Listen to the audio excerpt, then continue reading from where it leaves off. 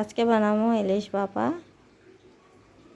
এখানে শস্য, আদা, কাঁচা লঙ্কা বাটিয়ে নেব, লবণ অল্প দিয়ে দেব, তা সর্ষেটা তিতা না হয়। লবণ, লঙ্কা গুঁড়ো, হলুদ গুঁড়ো, তেল, সর্ষের তেল ভালো করে মিক্স করে নেব।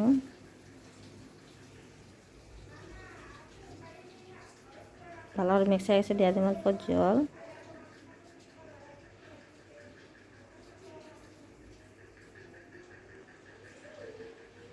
মাছগুলো দিয়ে দেব।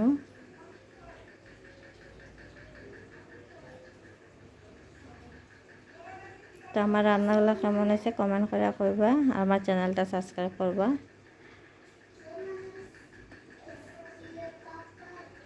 অর্ধেক থেকে কাঁচা লঙ্কা দিয়ে দেবো।